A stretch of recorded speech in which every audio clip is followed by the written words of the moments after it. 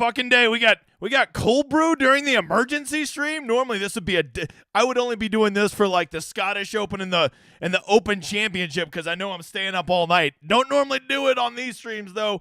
But they're playing on the other side of the world, so we're still cold brewing here at noon in the Lord's time zone. Thank you guys for being here. I'm glad to see so many people still get pumped up for PGA golf in fucking middle of October on the other side of the earth. You love to see it. PGA DFS is the best. You will never tell me any different. What's up, new guy? I can't imagine you're a new guy, but if you are, what's up, new guy? I'm the Degenerate75. I'm a DFS content creator who is here to help you get a little bit better at DFS, specifically football and PGA and soon to be NASCAR. If you want to pick some plays, let me just go ahead and tell you, go to other fucking shows because you're not going to find them here. But if you want to learn a little bit about the process, how to get better, and most importantly, how to quit stepping on your own dick, I encourage you to hang around probably for about the next 45 minutes as the stream will probably be a little bit shorter. If you really like the cut of my jib, check out that schedule right there. I do this stream every Wednesday at 7 o'clock in the Lord's time zone, except when they're on the other side of the earth. Then apparently I do it at noon. I also do football shows. I have my first look show out with Tambo for NFL, college football, showdown, everything you need. Everything you need, okay? And once again, all those shows, no picks. No picks. You're going to want to know that up front. This week, I also posted a retrospective. Normally something I only do over on my website, but it had a lot of process. So if you're one of those people who wants to know a little bit about my process, how I've been able to be a solid DFS player for many years in a row now, you go check it out. It's over on my YouTube page. It's called The Retrospective, okay? Also, you need to know up front, the big guy has a problem saying fuck. He says fuck a little too fucking much, and he probably needs to fucking quit, okay? That's up front. But I do have the fuck counter up above my head, and every time I say fuck, I will put another fucking dollar in that fucking till, and so somebody can fucking play me, and I can fucking beat their ass. Again, as you can see right here, the Arlear Jr. 1971 won the F counter last week. Did he beat me? No. No, he didn't, Bob. So what do we have to say about that? You mess with a bull, you get the horns. I will pay that man no money. If you want to play me, simply get over here, ask any question, up to 2 questions, okay? You ask more than 2 questions, your ass is disqualified, and you can play me 1v1 for all the money in the fuck counter up there, okay? So that's how that'll work. Also, for every 50 likes we get over there, I will be drawing. I already see 52 likes, so we're already at 1 drawing. I will get in the main contest. Honestly, I should probably go reserve them because last time I looked, that shit was filling up pretty damn quick. So while I'm reserving these, let me ask the new guy a question, okay? Reserve seats. I'm gonna go ahead and reserve 3 of these. All right, new guy, here's your question. Have you made your lineup yet? You have. You got nervous with the early tee time. You're like, oh my God, we'll forget. I got my lineups. You never make your lineups until you watch this stream. After this stream's over, you go build away, pal, but you can't do it until you have all the pertinent, relevant information you need to make good decisions. So let's start with the contest selection. And here's what I can tell you, man. The contests, they're not great, right? A third to first, you know I'm out, right? You know I'm out. Same thing with the 888, the snowman. A third to first, I'm out like a fat kid in dodgeball. There are some good single entries. Everybody loves this $5, but it's literally going to fill probably in the next 5 minutes. So if you want to get in the $5 drive the green, you better go reserve your shit right now because there's less than 700 spots left in that. People really like that one. I don't love the payout structure, but it is better than the $25. That's for sure. Oh my God, look, they already have a secondary $5 up. Once again, DraftKings doesn't understand how much people love PGA DFS. They're like, it might overlay. It ain't going to overlay, man. People love PGA DFS, and you have a lot of good content providers in this space warning everybody about these early locks. Because if you don't know, the most important thing I can tell you is lock is in just a mere 6 hours and 40 minutes, okay? It is going off this evening because they are over in Japan. An 8:45 in Japan, a 6:45 here in the Lord's time zone, PM the day before, okay? They're 14 hours ahead of us. So be aware of that. Reserve your lineups, but also set a fucking reminder in your phone that you need to build your lineups before lock, right?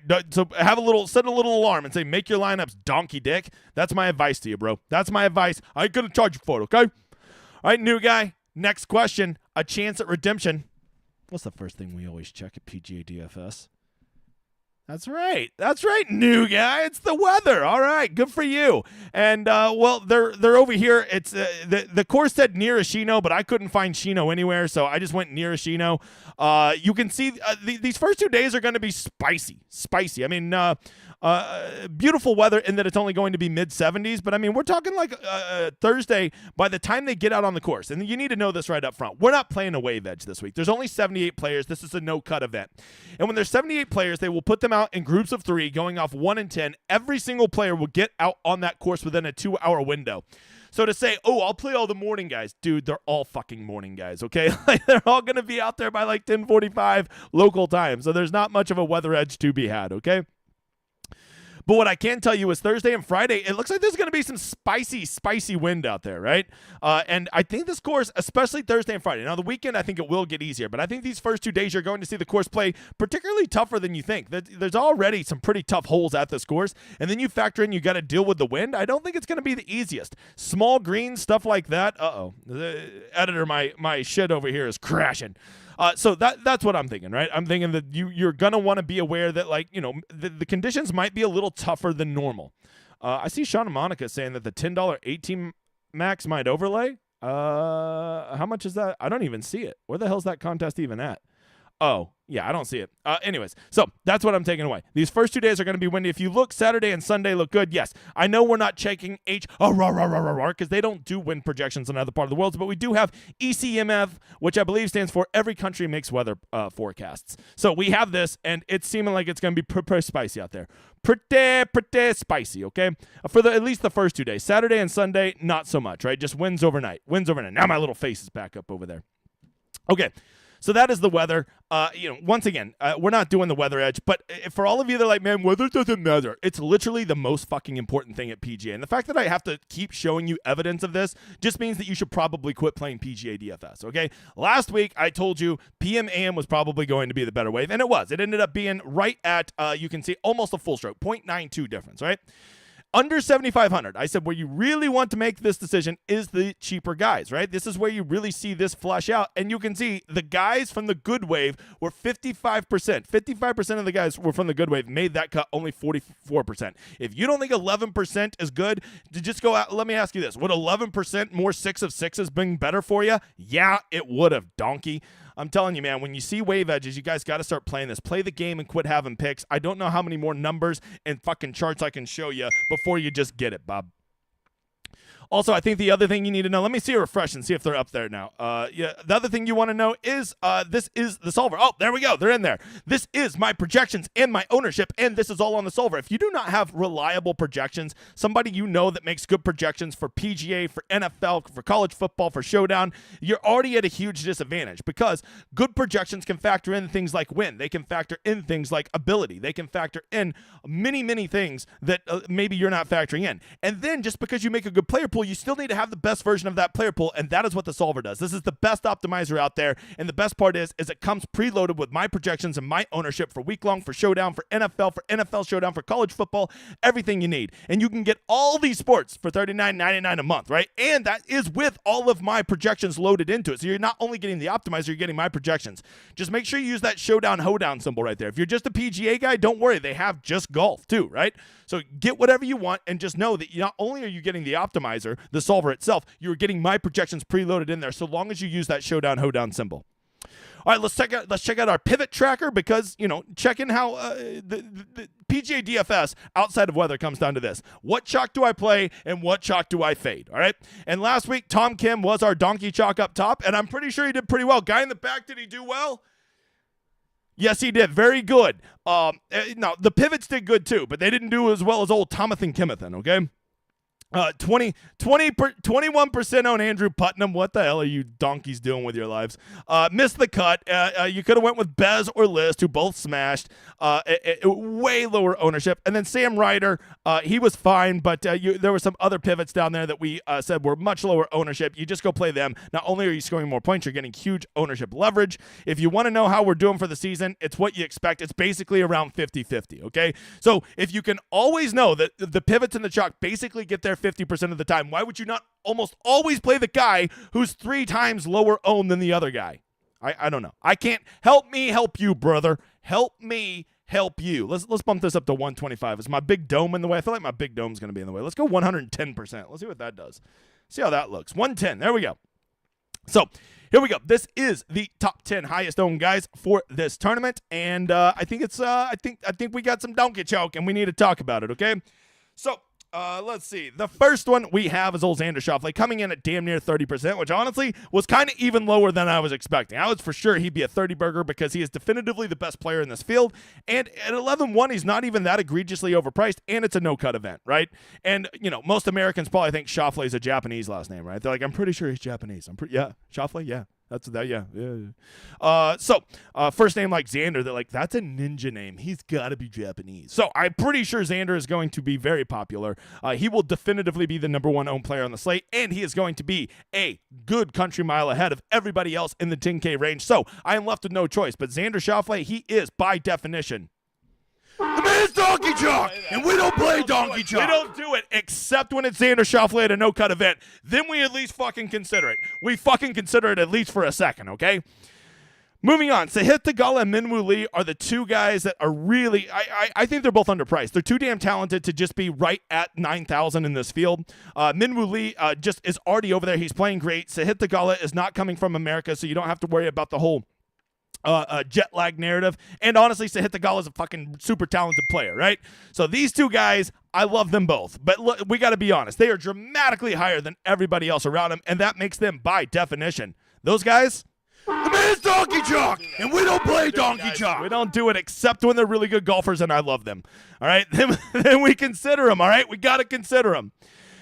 Cam Davis coming in at 21%, just another guy that's just astronomically higher than the guys right above him and right below him. I love Cam Davis too, right? His big old moppy, shaggy hair. Give me all the Cam Davis, right? And honestly, guy's playing really well. I've always thought Cam Davis is an elite talent, and I do feel like he is shaping up to be a future star. You know, I think he's almost on that Cam Smith type trajectory, right? He's always like that one guy that, like, I feel like he's good. He just never quite lives up to it, and then all of a sudden becomes one of the best 5 players in the world. I feel like Cam Davis has that kind of potential trajectory, right? So I'm a big buyer in him on the long term.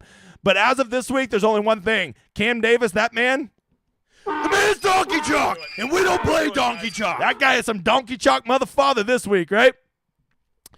All right, Sung Jae and Colin Morikawa both coming in right at 20%, but you got to remember, this is a no-cut event, and at no-cut events, people love to stack stars and scrubs, right? Because your scrubs are guaranteed 72 holes of golf, right? So assuming they don't withdraw, right? They don't go full Siwoo on us.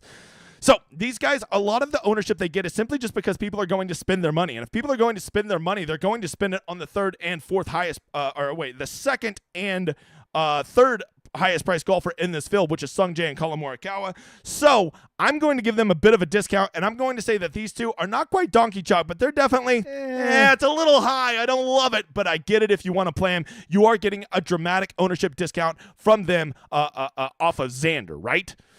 From there, we got old Dumpy Bo. Dumpy Bo at 8,500 is just dramatically higher than everybody else. You know I love a good Dumpy Bo more than the rest of them. I don't care that he's a loser piece of shit Longhorn. What I really care about is he's just higher owned than everybody else around him. Dumpy, you know I love you, brother, but I'm left with no choice. The man's donkey jock, and we don't play donkey jock. Especially when their pants don't fit. Especially when their pants don't fit.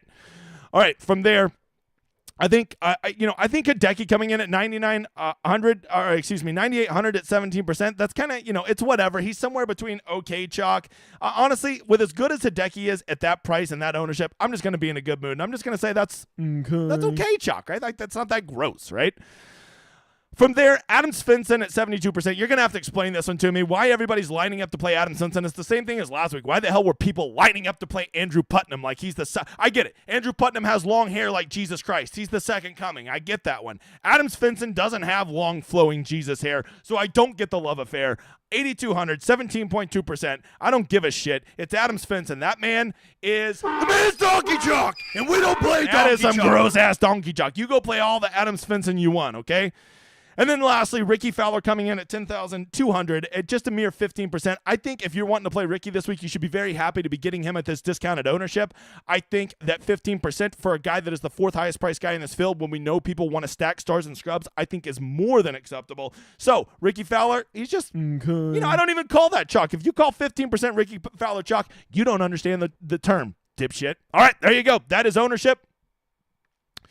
Let's see. What is this? Oh, yeah. All right, there you go. I thought I was cutting the wrong one. Before I get to the model, because the model is life, hey, know that I'm having another DGen 75 meetup, just like I had last year at the Dell Match Play. We're doing it at the Waste Management. I've already booked my tickets. If you want to come meet up, Tambo will also be there, and a lot of his crew. So we're having a big meetup. You want to come hang out with the boys, watch some golf, go watch the Super Bowl that weekend, not the actual Super Bowl, on TV, of course. Come meet up with us. The big reason I'm announcing this now is if you know any hookups in the Phoenix area to get us a big Airbnb, reach out to me on Twitter or the Discord, because finding lodging for a big old group of guys ain't the easiest thing. So if you know that, do it. We were going to be there Thursday. We'll be at the course Friday, be at the course Saturday, and be watching the Super Bowl that Sunday. So plan on it. It's going to be fun. I'm going to keep pushing this. It's a meetup. I've actually never got to meet Tambo in the flesh, so it'll be exciting. Be a good way for us to really kick off the start of the PGA season and kind of, enjoy our last Sunday of NFL, right? So it's just a perfect time to go. I hope you can make it. It'll be fun. We're doing this one because I feel like it's a pretty affordable trip.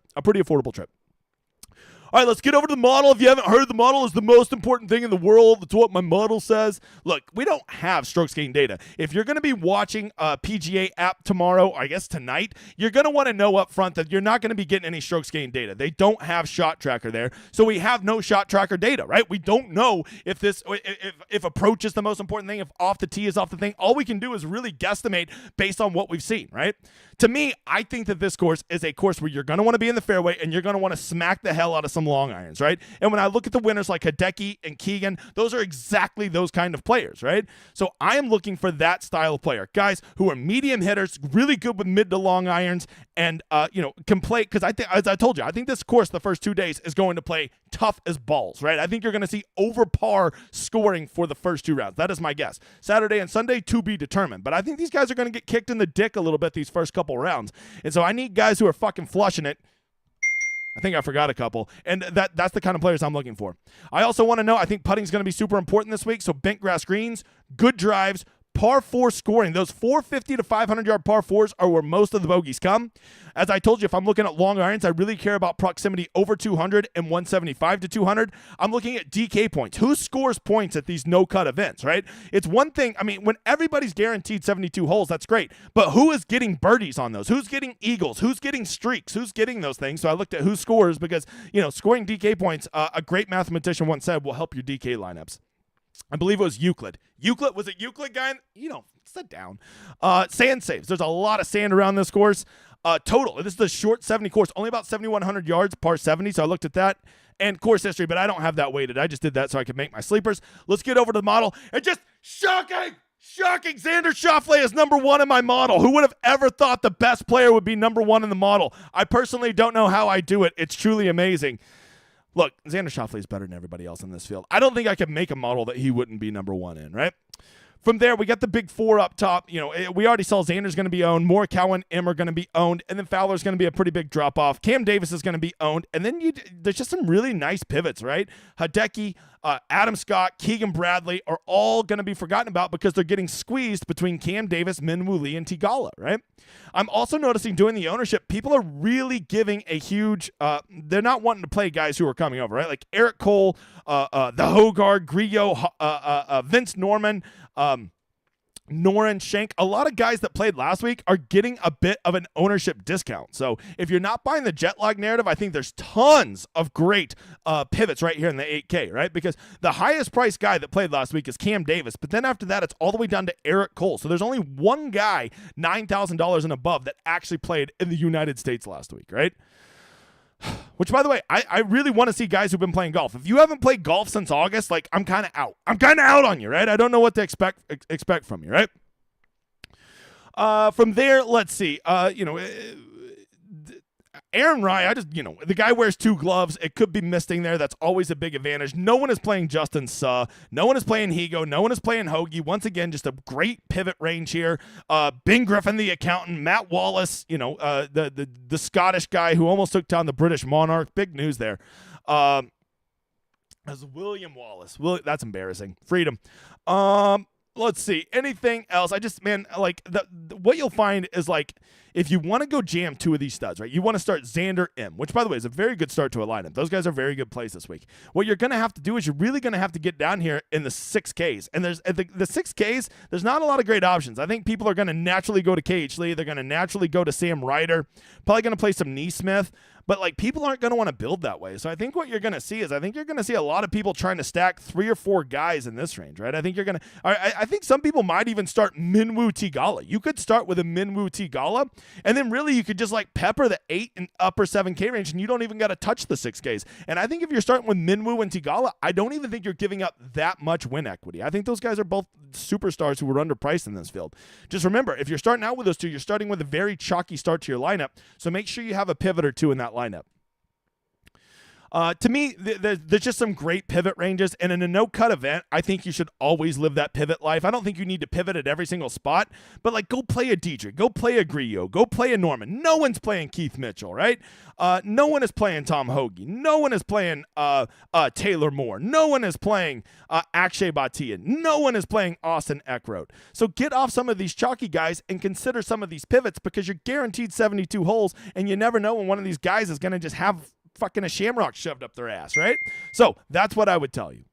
If you want some sleepers to consider, Kurt Kitayama is a guy that, like, I think of him as his stats don't seem to show it on the model here, but I think of Kurt Kitayama as a guy who typically is very good off the tee and is a good long iron player and who can play tough course as well. And if I think this course is going to play tough, I think he's a sneaky sleeper.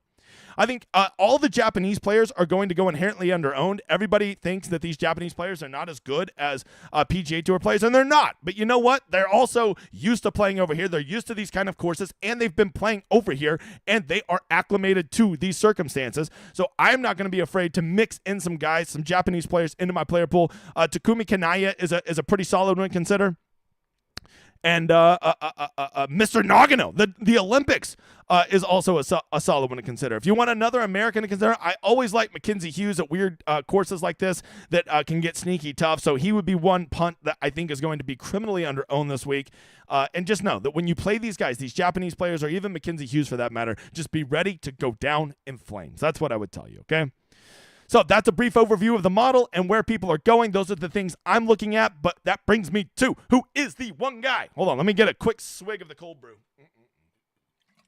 By the way, the stream's at noon today, so, by the way, hit that like. How are we not to 100 likes yet with 154 people in here? What in the hell are these people's problems? The one guy I'm definitely not playing this week, well, I got to tell you, it really hurts my soul because this is the guy I like. I've already gave the hard sell on him. I'm a big buyer in his long-term talent.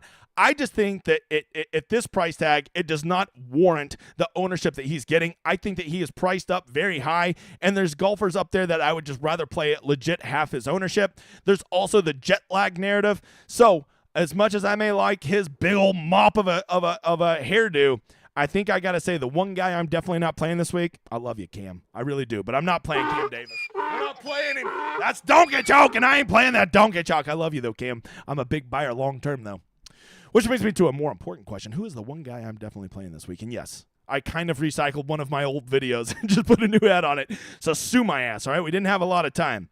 The one guy I'm definitely playing this week, well, he's a big pivot, right? He's a guy that I'm getting a huge ownership discount, and when you're playing in a no-cut event, I feel like ownership is particularly important, right?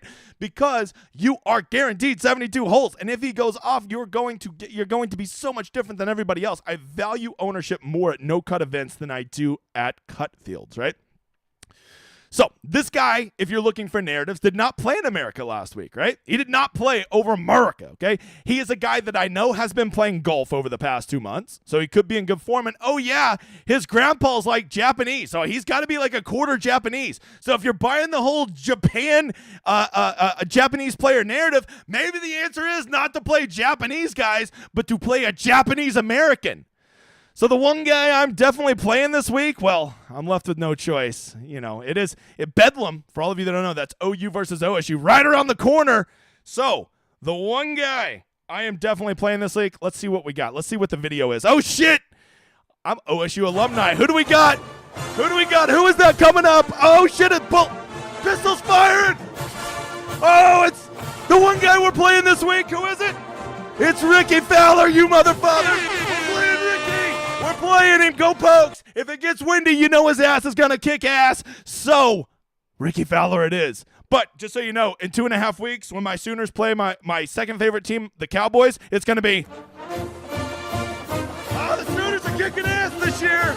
We're kicking ass. All right, there it is. That is the one guy I'm playing this week. Come check out my site, dgen75.com. We have PGA, college football, NFL, and in February, we will be starting NASCAR. We now have packages as low as $5 because there has to be a site out there that gives you everything you need without fucking price gouging you. We also have this collage because if you care, yes, I won a GPP this week, but I don't get on Twitter and flex about it to say, join my site because I'm a fucking loser. No, I want you to join my site because these motherfathers win. Look at this. We had 23 GPP winners just this past week. 5,000, 5,000, 5,000, 2,000, 2,000, 2,000, 15,000, 800, 700, 600, 600, 500, 400. We have guys that play $1 a week. We have some guys that play $20 a week. We have some guys who play $2,000 a week.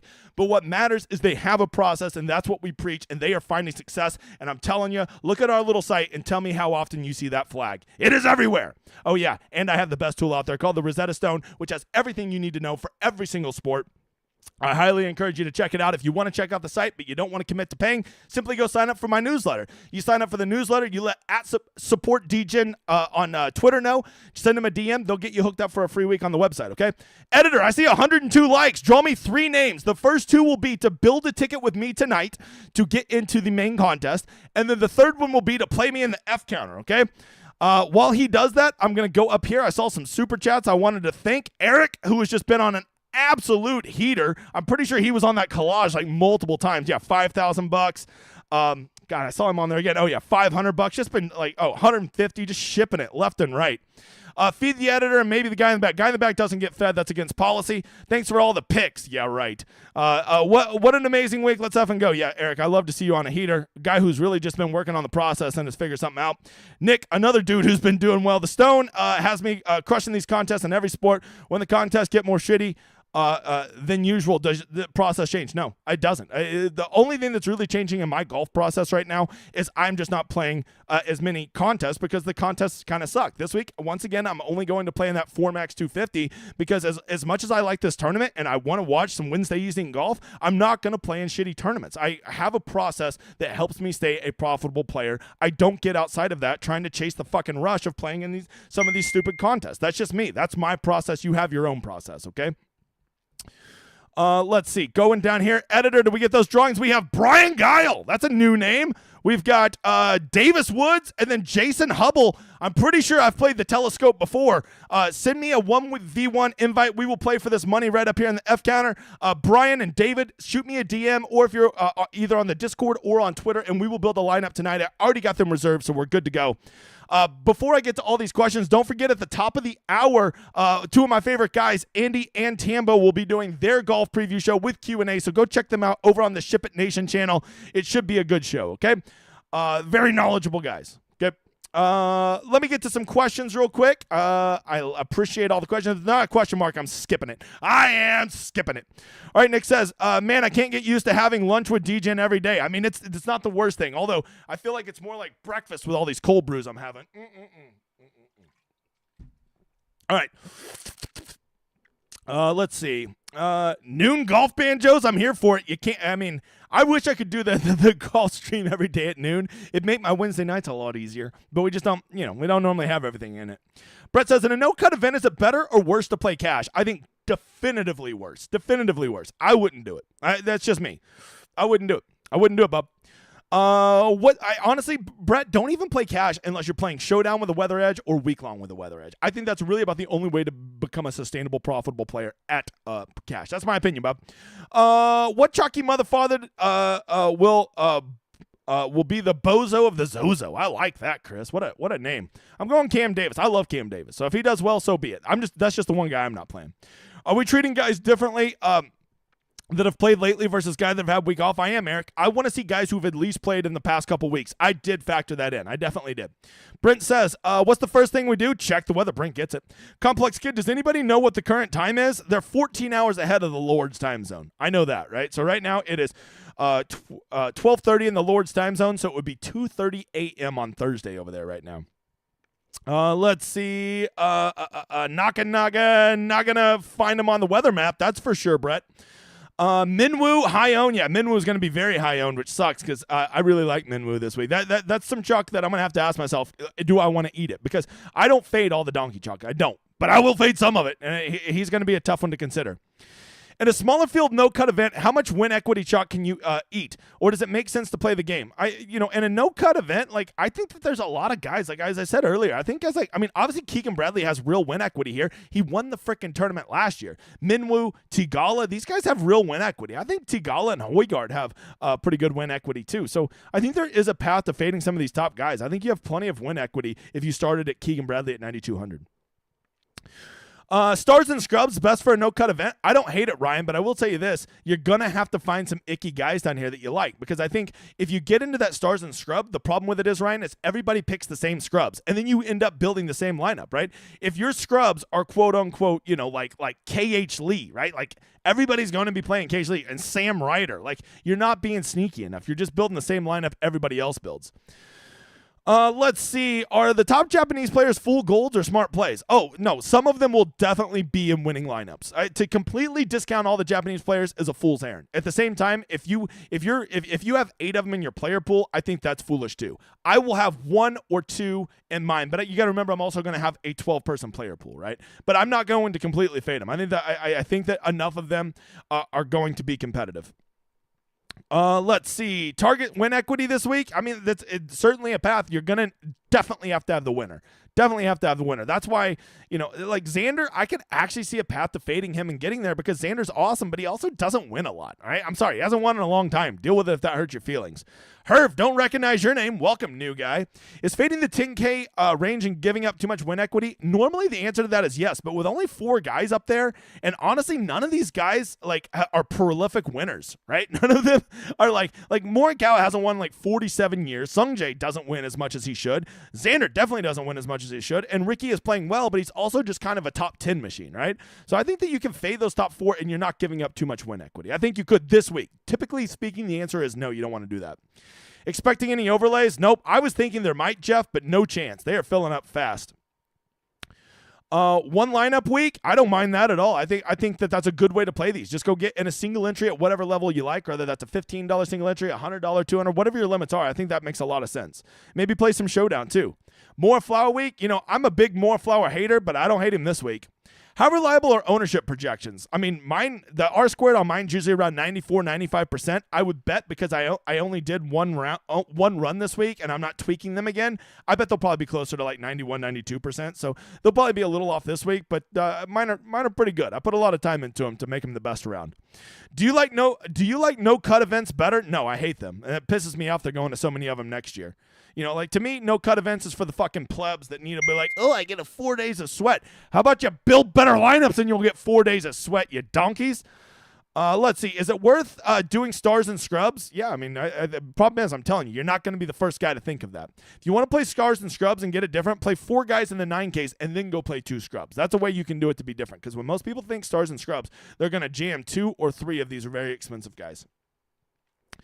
Is there a valid long layoff narrative? I think so. I'm not playing guys who've not played in a while. That's just my thing. Some of them probably been practicing Dean already, but in a no-cut event, you got to have something you latch onto, right? If it's not going to be ownership, it's not going to be weather, what's left other than rustiness, right? At least that's a narrative. At least you're trying to have some correlation in your lineups, right? Balanced build versus stars and scrubs. I think balanced build will be very contrarian, right? Very contrarian compared to the other one. Mr. Telescope himself. Aren't the best tournaments have 10% of the prize pool the first 10%? Yep, that's exactly right, Jason. The rule is you want the best tournaments, in my opinion, are first place is 10% of the prize pool. Second place is at least half, preferably more than half of first, and 10th place is 10% of first. Okay, that's what I like. What's them hieroglyphics that I see on the weather map? It says, I actually did a little Japanese that says, right there, that says, big wins, watch out. That I translated it for you. I'm a man of incredible culture. X out the majority of players who played at the Shriners. That's what I'm doing, Mike, but it could backfire. I'm very ready for it to blow up in my face. Would you treat this kind of like showdown since it's a no-cut event? I don't mind that at all. I think that's a pretty interesting way to look at it. All Pacific Rim team, don't mind it, Bob. Do not mind that at all.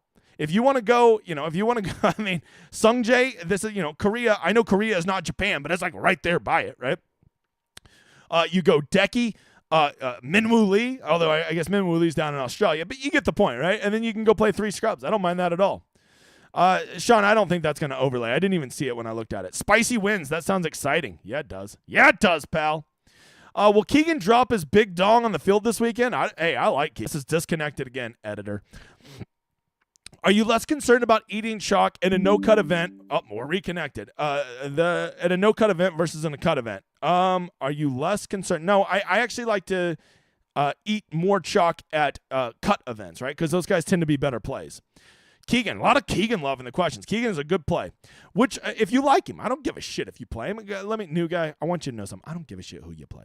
All right, which locals you like this week? Well, come check out Sleepers While I'm Stevie. The Dutch Rock. I did a whole thing of it this morning. Broke down all my favorite Japanese players because the big guy is the leader of the sweaty tryhards. Do you think I'm not going to look up every Japanese player? Probably tell him. Get the fuck out of here.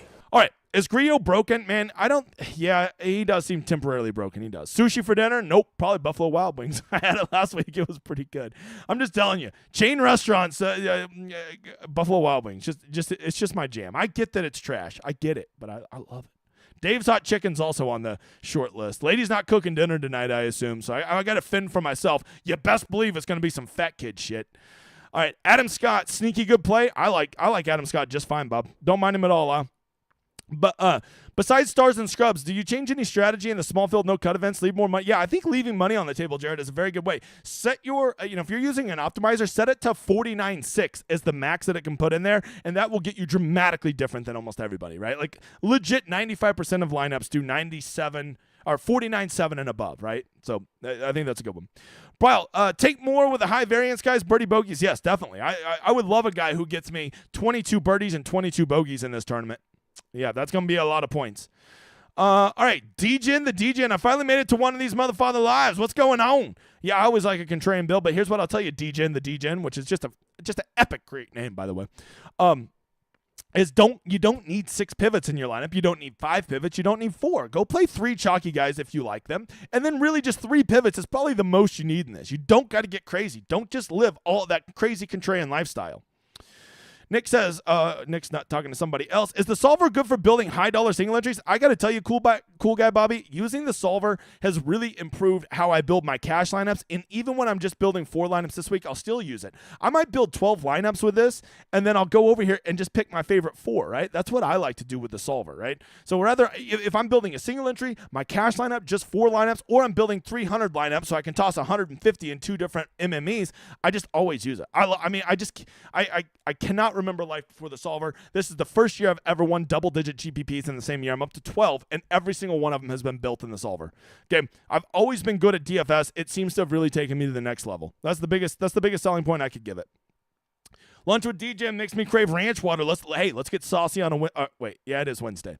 Is fading Xander crazy or playing the game? It's playing the game. There is a chance he could finish 8th place and you could survive depending on how your guys do. If you only have one lineup, would you make it more balanced? Sean, this is the answer to this. Go find the guys you like, okay? Go start every guy you like, and then look, are the majority of those guys falling into a stars and scrubs build, or are they falling into a balance build? And then let that dictate how you build, all right? Don't go into it thinking, I need to build a stars or scrubs, or I need to build balance. Go into it saying, who do I like? And then let who you like dictate what kind of lineup you build. That's the best advice I can give you. David says, are we flying the Cromwell Crabs table to Phoenix in February? I'm not opposed to it, Dave. I'm not. And by the way, if Dave's not there in February, I get to give him one kick of the nuts. That is a rule. Read the fine print. Do you think it's a good idea when looking at pivots to favor someone who's been playing this fall? Absolutely. Absolutely. I want guys who've been playing. Fading all the players that played in the Shriners round 1, but not for the week, as I think that they're bearing by Saturday. I don't know. If they played at the Shriners, that means that they've been in America recently. Oh, shit. Rich is in the house. Can Hoagie put up enough decent rounds? I like Hoagie at Birdie Fest, but I got to tell you, he hasn't been delivering at the Birdie Fest, so maybe try him on a harder course, and I think the first 2 days this is going to be a hard course. In a no-cut event, are those showdown guys only more viable? Yeah, I think so. I think you could get away with playing a Terran and a Higo and I guess EVR's not here, but, all of our favorite, Nick Hardy's another guy I love at Showdown. Maybe those guys do have some more validity this week. Is it a good strategy to find 1 or 2 guys and go 100% on them? I don't mind that at all, Adam. I think that's a good way to really plant your flag and to get different. I don't mind that at all, bro Cephas. How far east is the far east? Is it west? Yeah, I don't get your question. All right. Steve says, who are the good people you can hit the like button? Yeah, hit the like button. Let's get up to 150 likes. That'd be awesome. Let's see. Oh, chat just jumped on me. Let me get back to the chat. Brian says, starting my lineup with X and Rickie, how do you fill out the remainder of your lineup? Well, I probably am going to play 1 or 2 low-owned punts. It's probably how I'd do it, Brian. How are you feeling about Decky this week? You know, I just never liked Decky at these events, man. I'm telling you, the dude's a superstar over in Japan. He's like, the biggest athlete, like most popular athlete in Japan. I can't imagine the pressure and the media responsibilities he has this week. The last thing on his mind is golf. Adam Scott, for all the marbles, don't mind it. Brian says, what's the max product ownership the big guy's looking for? Product ownership, you're definitely going to want it probably at about 0.01%, right? So, but that's really easy to get to. That's really easy to get to if you just have 2 guys under 5%. Over under Decky withdrawing. Man, I don't think he's going to. Well, I mean, he could. He is a big old wiener. Driving distance a key factor at the ZOZO? No, I'd much rather have guys playing from the fairway. In a 3-max, is it important to have a core of 4 or 5? Yeah, I really like to commit to 4 or 5 guys and maybe have those guys in like 50% or more of my lineups, Jordan, and then get from there. Zach with a fuck yeah on the Dave's Hot Chicken. You know Zach knows. He knows his way around a fried chicken sandwich. Are we playing the nuclear list guys this week? I don't mind it. Normally, I don't love it at week long, but I think at a no-cut event, that is a narrative you can go with, the nuclear hot guys, right? And there's a lot of nuclear hot guys at this tournament. All right, we got. I just looking here. I see old Sammy Riders. I see old Austin Eckroat. I see Nick Hardy, Taylor Moore. I see Garrick Higo. I see a lot of our nuclear hot guys on here. Which, by the way, I think Dumpy Bo. We've got to add him to the nuclear hot list, right? That guy. He either shoots even par or 9 under. He knows no other rounds. All right, what percent do you leave 700? I don't love leaving 700 on the table. Maybe 500. How heavily? No one's going to do that, Crypto Pooper. How heavily are you weighing driving distance? Not at all. You saw my model, Bro Cephas. Are we living in a simulation? I doubt it. If we are, I got a good fucking draw from that simulator. All right, guys, it's been real. I appreciate you. Don't forget to come check out my site. Don't forget to go check out my retrospective. And come check out this schedule. I will be here forever. I will never go away. Don't forget, Tambo and Andy are going live at the top of the hour. Go check them over at Ship It. I appreciate every single one of you being here, continuing to make this the most popular stream in PGA DFS. It has been real, guys, but the big guy, he's got to run. So all I can tell you to do is enjoy this outro.